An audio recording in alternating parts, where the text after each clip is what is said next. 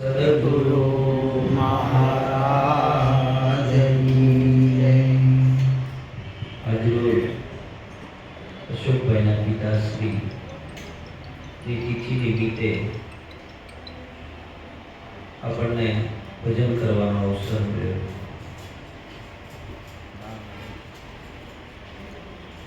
જગત પાંદડે પાંદડે દુખી છે, સુખિયા કોઈને ન જોયા।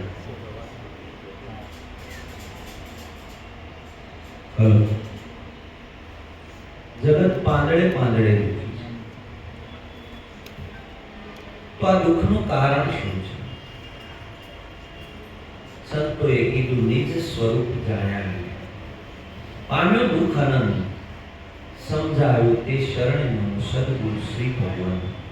કારણ કે આપણે આખા જગતને ઓળખીએ છીએ, કોઈ વ્યક્તિ બાકી નથી। આપણા સગા સંબંધી બધાને ઓળખીએ, પણ કોઈ આપણને પૂછવું હોય કે તમે કોણ છો, આપણે પોતાને ઓળખતા નથી। અને કદાચ કોઈ કહે પણ ખરું કે ભાઈ અશોકભાઈ, અશોકભાઈ તો આ ખલકાનું નામ છે, તમારું નામ આજે તમારું સ્વરૂપ છે એને નથી જાણતા, એટલે આ બધું અજ્ઞાન છે, એટલે આ બધું દુઃખનું કારણ છે। દુઃખનું કારણ બીજું કોઈ નથી। આપણે બીજાને બધાને ઓળખવા જઈએ પણ પોતાને ઓળખતા નથી, બધાને ગણીએ છીએ પણ પોતાને ગણતા નથી, આખા જગતનું દર્શન કરીએ છીએ પણ પોતાનું દર્શન કરતા નથી, આપણે બધાને સાંભળીએ છીએ પણ પોતાને સાંભળતા નથી, બધાને જોઈએ છીએ પણ પોતાને જોતા નથી।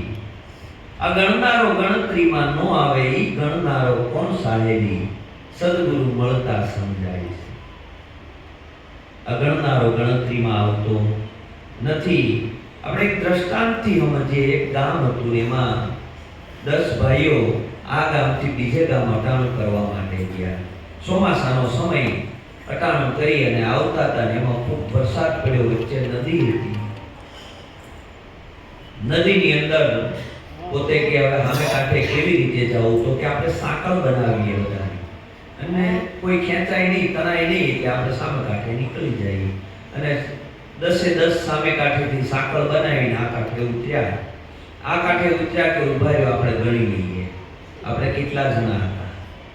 એટલે એક પછી એક ગણે, 1 2 9, એટલે 9 જણા થાય। કે તને ગણતરી આવડતી નથી, તો કે હું ગણું, ઓલો ગણે 1 2 3 ને છેલ્લે 9। એ કે ભાઈ એક જણું ગમે એ તણાય, એક જણું ગમે એ તણાણું છે, આપણને ખબર નથી કોણ તણાય। અને બધાએ પોક મૂકી રોવા મળ્યા કે હવે ઘરે જઈને જવાબ શું દેવું, આ તણાઈ ગયું, હવે કરવું શું? હવે આવડા રોવે। એમાં ત્યાંથી એક સંત પુરુષ નીકળ્યા। સંત પુરુષ નીકળ્યા એટલે કે ભાઈ કેમ રોવો છો? એટલે અમે 10 જણા ખરીદી કરવા માટે ગયા હતા, નદીના પૂરમાં આવ્યા, એમાં એક જણું તણાઈ ગયું। સંતે દ્રષ્ટિ કરી, છે તો 10 ના 10 છે 10, પણ આ રોવે છે કેમ? બરોબર છે, કાંઈક આને ભૂલ પડી છે। એટલે સંતે કીધું ઉભા રહી, હું તમને ગણી દઉં। એટલે સંતે ગણી દીધા, 1 2 10। હા, એ કે આપણે 10 જ છીએ, પણ ઓલા ગણતા હતા ને એ પોતાને ગણતા નહોતા, બીજા 9 ને ગણે પણ પોતાને ગણે નહીં। એમાં બધા આપણે ગણીએ છીએ, પણ આજે આની અંદર બેઠો બેઠો ગણે છે, એને કોઈ દી આપણે ગણતરીમાં લીધો નથી। એ જ પરમાત્મા, એ જ તમારો આત્મા, અને એ શરીરની અંદર રહેવા છતાં શરીરથી ન્યારો છે, તમારથી એ ન્યારો છે, એ દ્રષ્ટા પુરુષ છે, અને દ્રષ્ટા પુરુષ તમારી અંદર હોકારા કરી રહ્યો છે। આ બોલે એ બીજો નહીં છે પરમેશ્વર પોતે, નર જ્ઞાની આંધળો એને અળગો રહીને દૂતે। ભીમ સાહેબ નામના સંતે કીધું, આ બોલે એ બીજો નથી બોલતો, એની સત્તા છે, એની હાજરી છે એટલે બોલાય છે, એની હાજરી છે એટલે દેખાય છે, એની હાજરી છે એટલે સંભળાય છે, એની હાજરી છે એટલે આપણી સહસ્ત્ર ક્રિયાઓ થાય છે, અને આપણે પરમાત્માને શેટે શેટે ગોતીએ।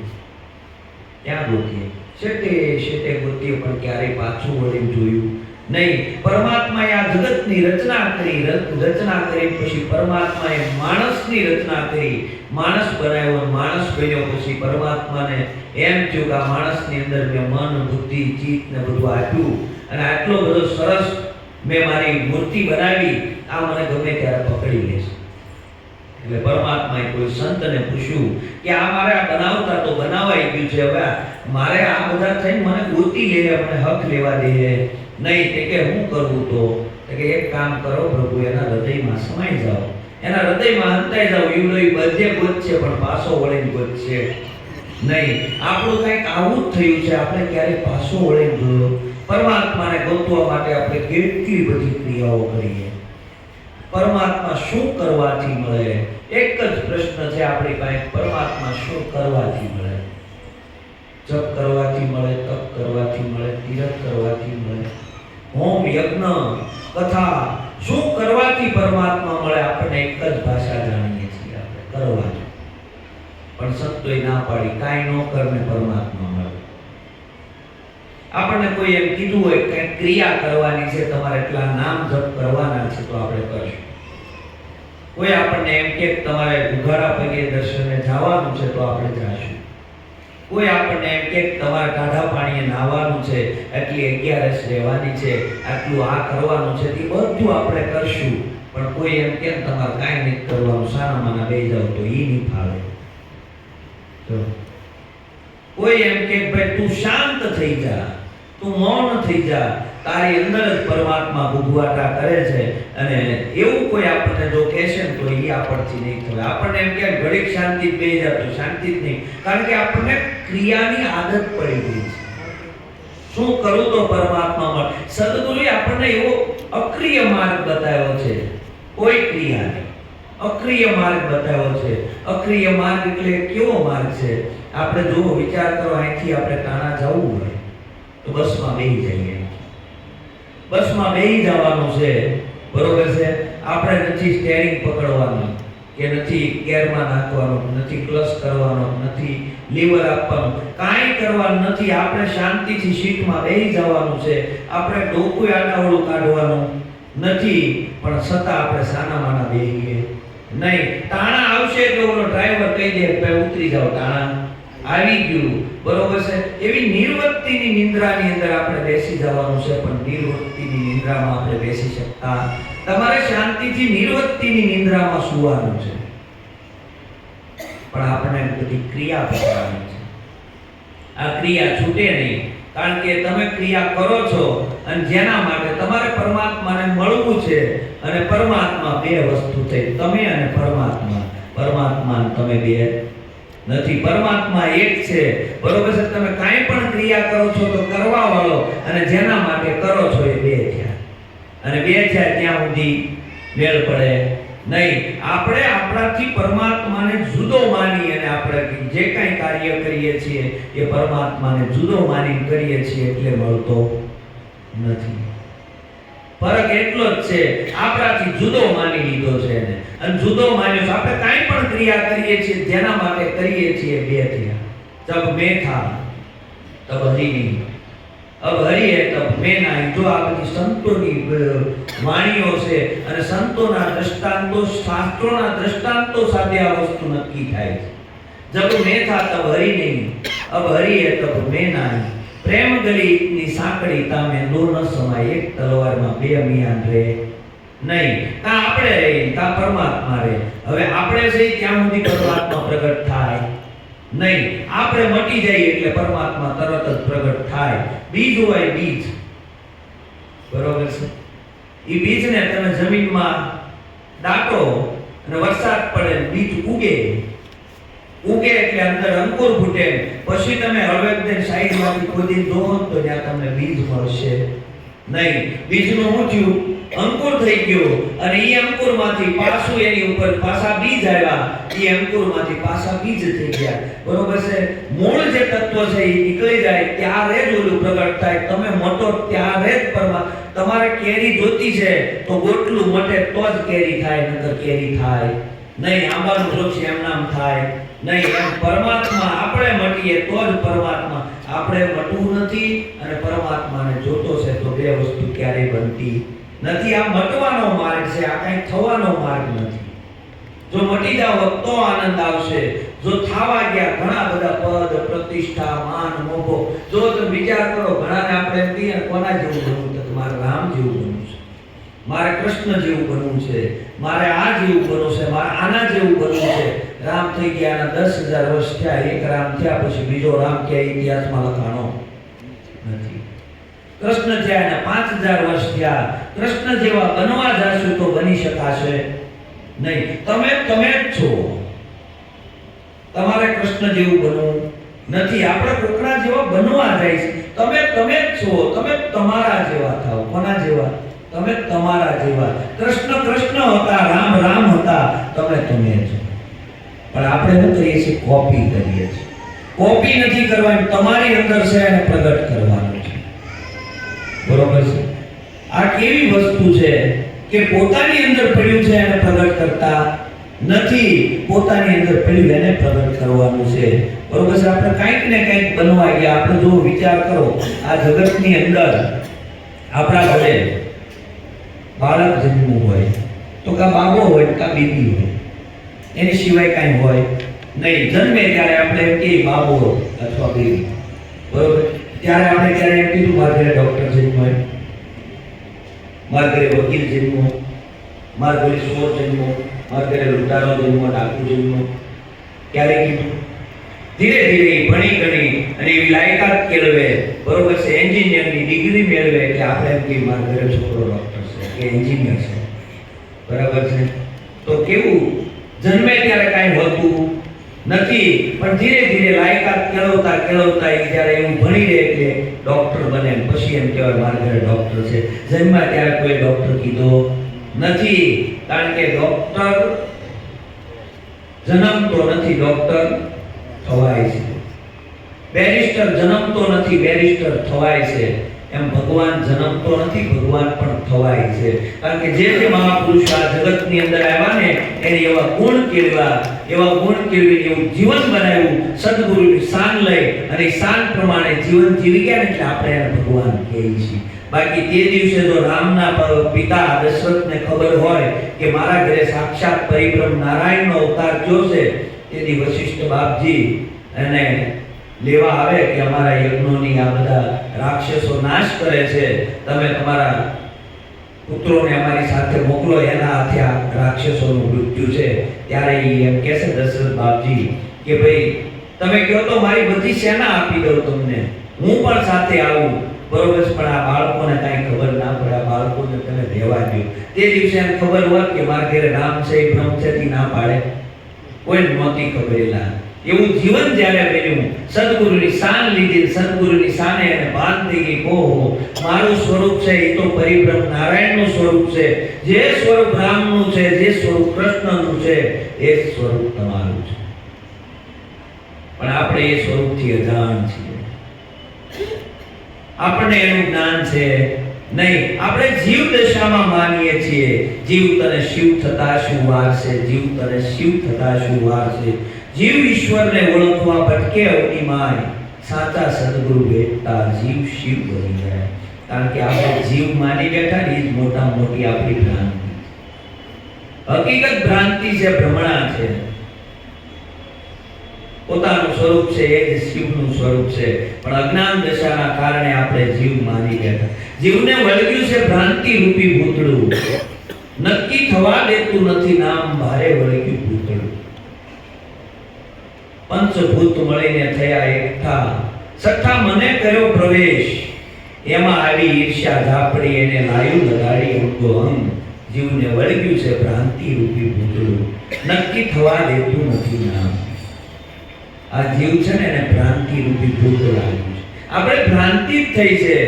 જેવી રીતે આપણે ઉનાળાનો સમય હોય અને રોડ ઉપર જતા હોય તો આપણે ઝાંઝવાનું જળ દેખાય, તમે કદાચ ગમે એટલા એની પાછળ દોડો, ગમે એટલા દોડો, તો અહીંયા જળ હાથમાં આવે નહીં, કારણ કે ભ્રાંતિ છે.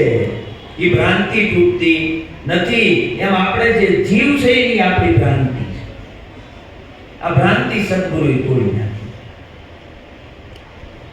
પંચભૂત મળીને થયા એકઠા, છઠ્ઠા મને કર્યો પ્રવેશ. પંચભૂતનો આ દેહ છે. આકાશ, વાયુ, તેજ, અગ્નિ અને પૃથ્વી, આ પંચભૂતોનો આપણો દેહ બન્યો છે. બરોબર છે. આને ભૂત કેમ કીધા ખબર છે? આનું કામ છે ને ભૂત જેવું છે. આ પંચભૂત જો કેવું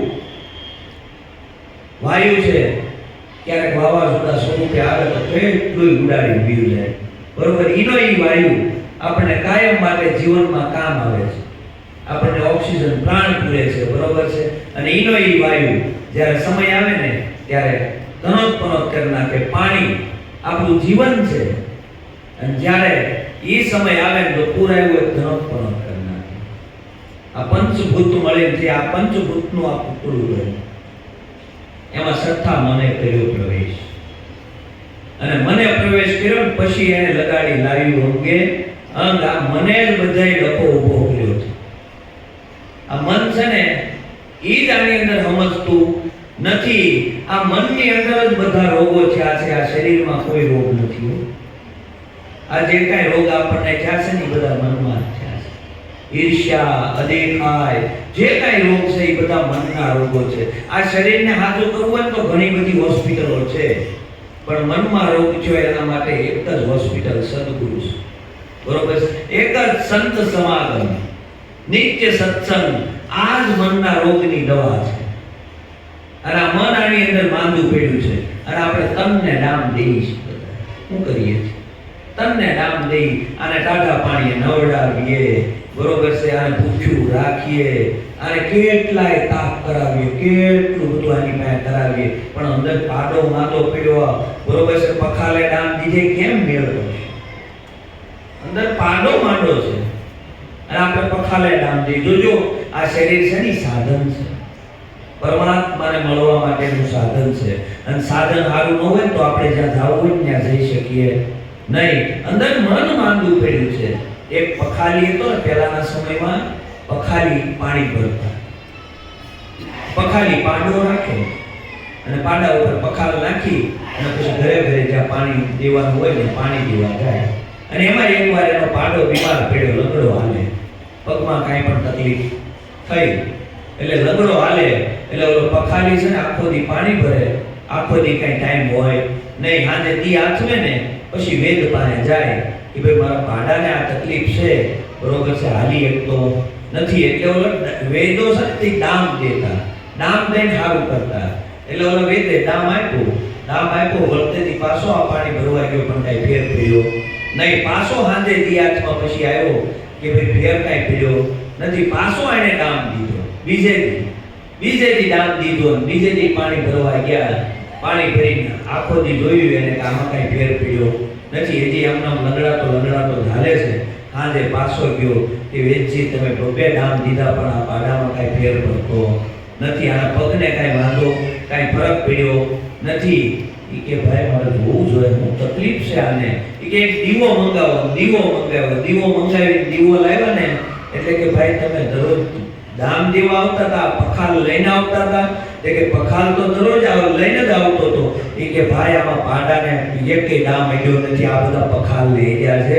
એમ આપણા જીવનમાં છે ને આ સુધી આપણે ભક્તિ ખૂબ કરી, પણ આપણા પાડાને દામ નથી, ત્યાં પખાલને દામ મળ્યા છે. આમાં માંદો પાડો પડ્યો છે તો એને દામ મળે. કોઈ મનનો ગુરુ મળી જાય. તનના ગુરુ અનેક જાણવા, પણ મનનો ગુરુ છે ન્યારો. મનના ગુરુ એના ભૂલ ભ્રાંતિ નથી, ભલે ભમે સારો. કવિ નિરાંત કહે મનના ગુરુ મળે તો પલમાં કરે ભવ પારો, નોગરાને ન મળે ઉતરવાનો આરો.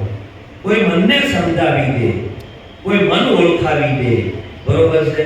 મનને જો ઓળખાવી દે તો કામ થઈ જાય. અને જે મહાપુરુષો મનને ઓળખ્યું ને તો એ શરૂઆત થઈ ભક્તિની. નકર મન તો છે ને આવડું આ તમને દોડાવ્યા જ કરે. આની અંદર મન છે ને એ અસ્વાર થઈ ગયું છે, તનને ઘોડો બનાવ્યો છે. મનને એમ થાય કે રવિવાર છે બહાર જમવા જવું છે એટલે ઓલા તનને હાલો.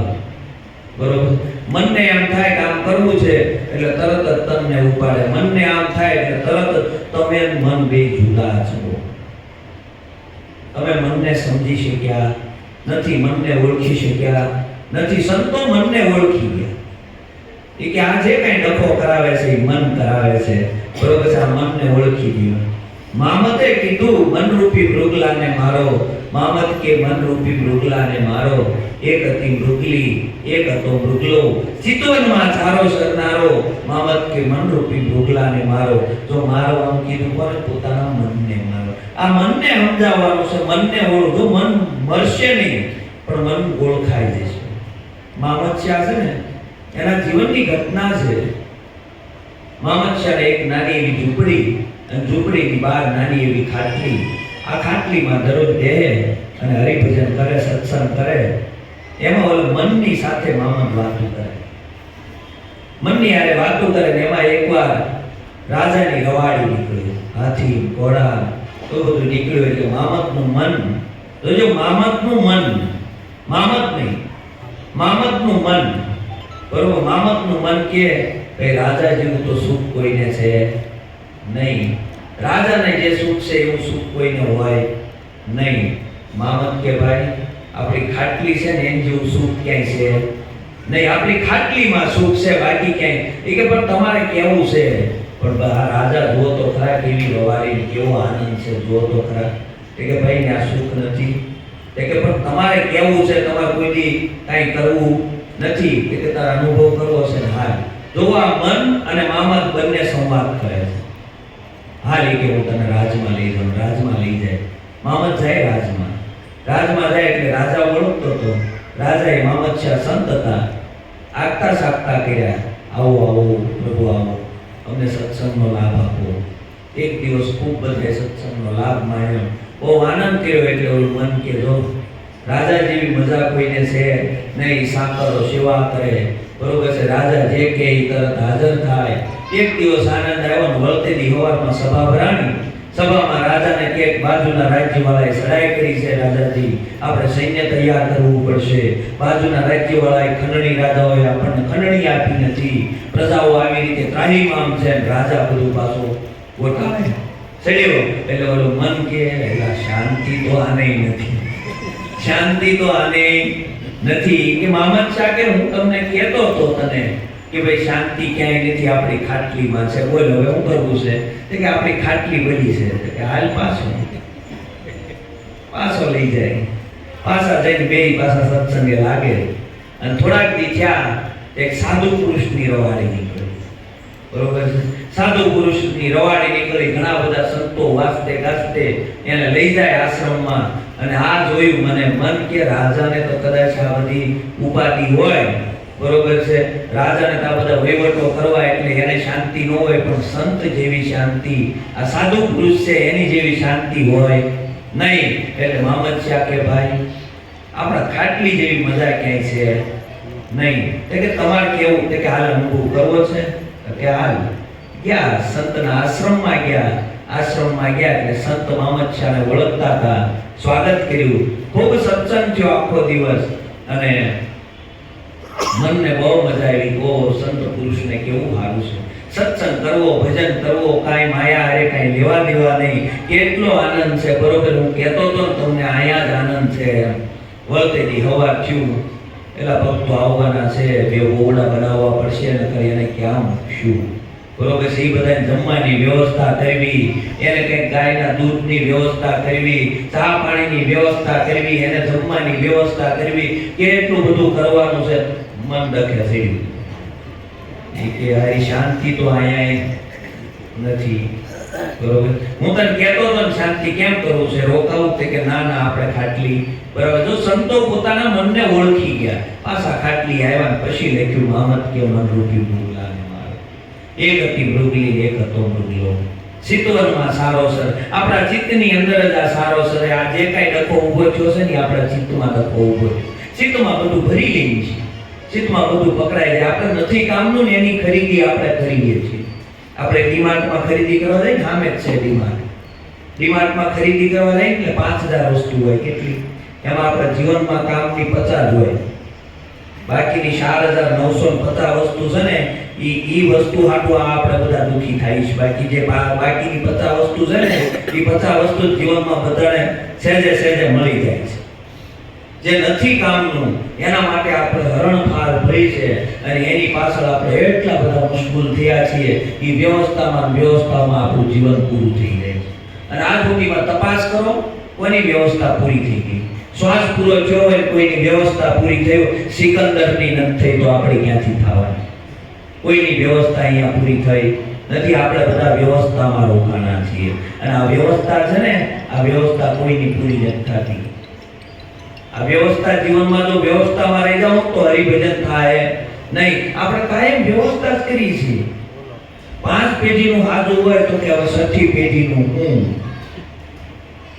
કોઈનું છે નહીં, કોઈનું થવાનું નથી, કોઈનું થયું નથી, અને છતાં એ વ્યવસ્થામાં આટલું મળી જાય પછી ભજન કરશું, કોઈએ કર્યું નથી. કેમ નથી થતું? કારણ શું છે?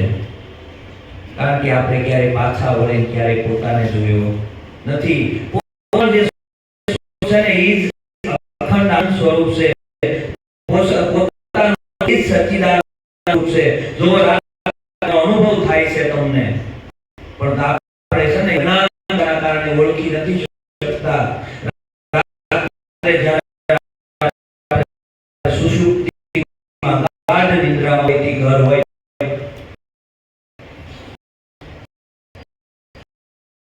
પરિવાર કાંઈ હોય, કોઈ સંપત્તિ હોય,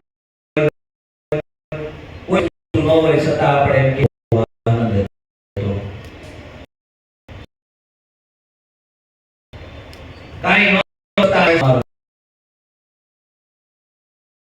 છે તમારું સ્વરૂપ છે એ સચ્ચિદાનંદ છે અને એની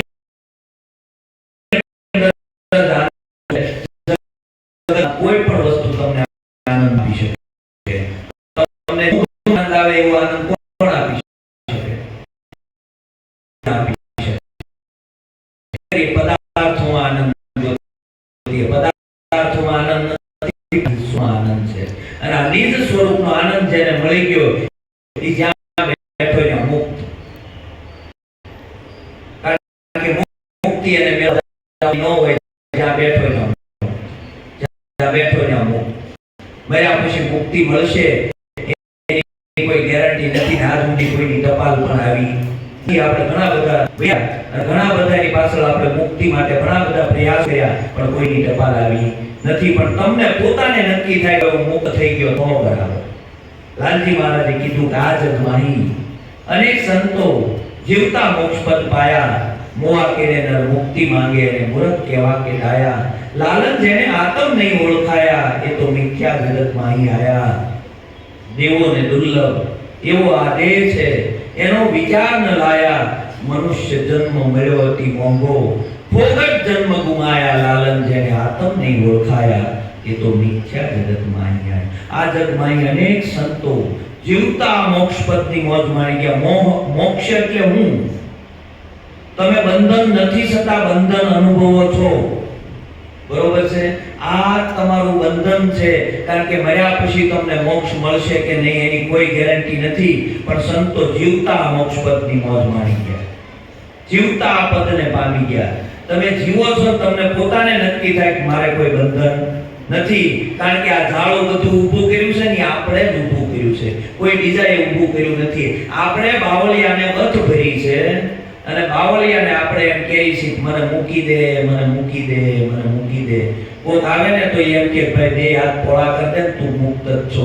હકીકત સંસારે આપણને નથી બાંધ્યા, આપણે સંસારને પકડ્યો છે. સંસારમાં રહેવા છતાં મહાપુરુષો આમાંથી મુક્ત થઈ અને ગયા છે. જીવતા મોક્ષપદની મોજ માણી છે. મર્યા પછી ટપાલ કોઈની આવી નથી ને આવવાની પણ નથી. પણ તમને પોતાને નક્કી થાય કે આ ભાઈ આપણે ગુમડું ચૂ હોય અને ગુમડાની રૂજ આવે એટલે આપણને જ નક્કી થાય કે ભાઈ હવે બરાબર છે.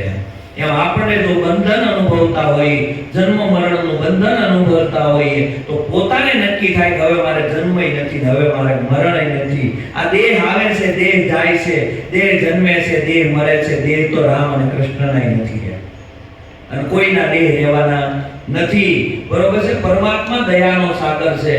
પણ પરમાત્મા ઉપર આપણને ભરોસો નથી. આ દેહ કોઈના નથી રહ્યા ને આપણે દેહને અમર કરવો છે, ઈ કોઈ ક્યારેય મેળ પડે નહીં. દેહ કોઈનો અમર થયો નથી, થવાનો પણ નથી. તમારું સ્વરૂપ અજર અમર અને અવિનાશી છે. તમે આવતા જાતા નથી. આ બધા કપડા બદલ્યા કરે છે, ખોળિયા બદલ્યા કરે છે, બાકી અંદર જે ભૂરી ગાલ્યો જાય છે ઈનો ઈ જ છે. ઓલો સાપ હોય ને, સાપ ઈ 2 વર્ષે એની કાસળી બદલાય. કાસળી ને આપણે શિવ શેડે જોઈને તો એ કાસળી નીકળી ગયેલી હોય, બરોબર છે. કાસળી નીકળી જાય પાછો ભૂરી આગળ ગતિ કરે છે. એમાં તમારો આત્મા છે ને અજર અમર અને અવિનાશી છે, ઈ ક્યાંય જાતો આવતો નથી. આ બધી કાસળીઓ બદલ્યા કરે છે, બરોબર છે. કોઈ વાર આ મનુષ્યની કાસળીમાં આવ્યો છે, કોઈ વાર પશુમાં, કોઈ વાર 84 લાખ યોની ફરતા ફરતા આપણને આ મનુષ્ય દેહ મળ્યો છે. દેવોને એવો દુર્લભ એવો આ દેહ છે, એનો વિચાર ન લાયા. મનુષ્ય જન્મ મળ્યો અતિ મોંઘો, ફોગટ જન્મ ગુમાયા લાલન જેણે આતમ નહીં ઓળખાયા. આતમ એટલે આ તમે પોતે, આતમ એટલે કોઈ બીજી વસ્તુ નથી. આ તમે પોતે કોણ છો, બરોબર. દેવોને દુર્લભ, દેવો પણ જેની યાચના કરે કે એકવાર મનુષ્ય દેહ મળે તો પરમાત્માના પદનું પ્રાપ્તિ કરી અને આ પદને પામી અને આની અંદરથી બહાર નીકળી જાઓ. કારણ કે આ દરવાજો મળ્યો છે, આ દરવાજો છે એ મોક્ષનો દરવાજો છે. આ મનુષ્ય દેહ જ શક્ય બની શકે એમ છે, બીજા કોઈ દેહથી શક્ય બની શકે એમ નથી. એટલે આ દેહ જો છૂટી શકાય તો આ દરવાજો આપણને મળ્યો છે. અને આ દરવાજો જો ચૂકી ગયા તો પાછા 84 લાખ યોનીમાં પાછા જવાના છે, બરોબર છે. આપણે કેટલા જન્મ ધારણ કરી પુનરપી જન્મમ પુનરપી મરણમ પુનરપી જનની જઠરે શયનમ, કેટલાય જન્મ ધારણ કરતા કરતા આપણે આવ્યા છીએ, પણ આપણે થાકતા નથી. પણ આમાં કોક થાકી જાય, ક્યારેક કોકને સંસારમાં ચોટ લાગી જાય, બરોબર છે. સંસારનું જ્ઞાન થઈ જાય કે સંસાર આવો જ હોય, બરોબર છે. આવું જ્યારે જ્ઞાન થઈ જાય, એવી ચોટ લાગે ત્યારે એને પરમાત્મા યાદ આવે. એ પહેલા એને પરમાત્મા યાદ આવે નહીં. આપણું જીવન છે ને બહુ હર્યું ફર્યું હોય ને, બહુ સુખ સંપત્તિ અને શાંતિ વાળું હોય, બધા પ્રેમાળ વ્યક્તિ મળ્યા હોય તો પરમાત્મા જલ્દી યાદ ન આવે. પણ એકાદું જો ટવડું મળ્યું હોય ને તો પરમાત્મા તરત યાદ આવે. સહેજ અમથું જો જીવનની અંદર કાંઈ પણ ઘટના એવી ઘટી જાય અને જીવ જાગી જાય, એટલે કોક જગાડવા વાળા મળ્યા ને, એવી ઘટનાઓ ઘટી ગઈ ત્યારે સંતો જાગ્યા છે. જેસલને તોરલમળીમાં અને તુરલમાં મળ્યા અને ઈ જે જાય છે અને એમાં પોતાનું નાવડું હાલક ડોલક થાય અને તોરલમાં નિર્ભય બેઠા છે. જાડે જો આમ તેમ થાય એ કે આની નિર્ભયતા તો જુઓ, આવડું મોટું આ બોલ્યું થયું છે અને છતાં આને કાંઈ પરવા નથી કે આટલી બધી નિર્ભયતા એની અંદર આવી ક્યાંથી, બરોબર છે. ને આ જાગી ગયો અને એને પૂછ્યું માને કે તમારી અંદર આટલી નિર્ભયતા ક્યાંથી, બરોબર. ત્યારે કીધું કે હું તો મારા સ્વરૂપને જાણું છું, બરોબર છે. હું આવવાની પણ નથી, હું જવાની પણ નથી, બરોબર છે. હું જન્મી નથી, મારે મરવાનું હોય નહીં, બરોબર છે. આપણને જન્મ મરણની બીક લાગી છે. આ તોરલને શાંત જાડેજાને શાંત કરી દીધી, જાડેજો જાગી ગયો. તમે જોવો તો ખરા, વાલ્મીકી લૂંટારો એને નારદ મળ્યા અને નારદે કીધું કે ભાઈ તું આ બધું પાપ કર્મ કરી અને બધું ભેગું કરીને ઘરે લાવીશો, બરોબર છે. આમાં તમારા ઘરના બધા ભાગીદાર હશે ને? એટલે પૂછતો આવું પૂછવા જાય છે એટલે કે ભાઈ આ હું જે કઈ નળી ખપી લાવું છું, પાપ કર્મ કરી લાવું, એમાં તમે બધા ભાગીદાર ખરા ને? એ કે અમે ક્યાં કહીએ કે પાપ કર્મ કરી લાવો, તમે નીચેથી રળી લાવો, અમે કોઈ ભાગીદાર નહીં. અને વાલ્મીકો જાગી ગયો, વાલ્મીકી ઋષિ બની ગયા અને વાલ્મીકી રામાયણ લખી. એને વાલ્મીકી ઋષિને પોતાને જ્ઞાન થઈ ગયું કે સંસાર આવો જ હોય. આપણે કાંઈ પણ આમ તેમ કરી લાવતા હોય તો વિચાર કરવાનો, જે કાંઈ કરીએ છીએ મારે ભોગવાનું, કોઈ ભોગવવા આવવાનું નથી. જેથી આવો વિચાર આવશે ને તેથી કુકર્મ આપણથી થાય નહીં, આપણે પાછા વળી જવું. જે કાંઈ કર્મ કરીશું મારે જ ભોગવવાના, કોઈ ભોગવવા આવવાનું નથી. એટલે તરત જ અને આપણે આજે પણ જે કાંઈ ભોગવીએ છીએ એ આપણી કર્મની જ સજા છે, બીજું કાંઈ નથી. આપણે કોઈને દોષ દેવાનો નથી, આપણા જ કર્મોનો દોષ છે, બીજા કોઈનો નથી. આપણે જેવું કર્યું છે એવું આપણે ભોગવીએ છીએ.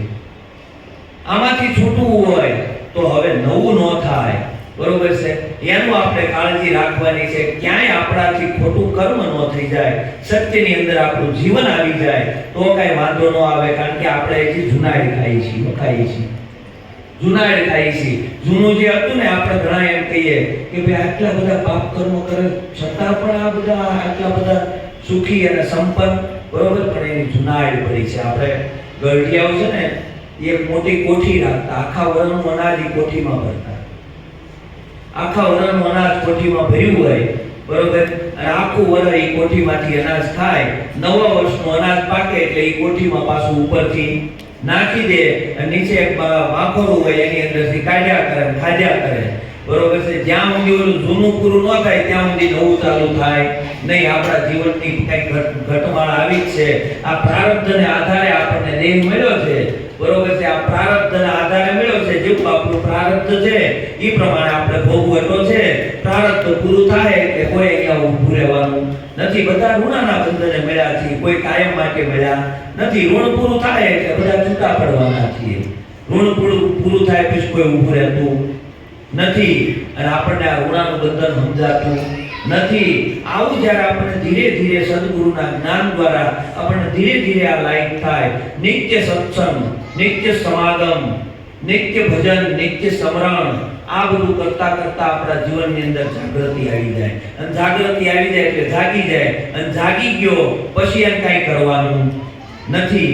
આપણે અંધારાની અંદર ગાડી લઈને જતા હોય, બરોબર છે, રસ્તો ક્યાંય સ્ટ્રીટ લાઇટ ન હોય, ગાડીમાં લાઇટ ન હોય તો હેઠે ઉતરી જવાની બીક લાગે, બરોબર છે. ક્યાંક બમ્પ આવી જાય, પડી જાય, ક્યાંક ખાડો આવે તેમાં હેઠે ઉતરી જાય, બરોબર, કાંઈક ને કાંઈક બીક લાગ્યા કરે.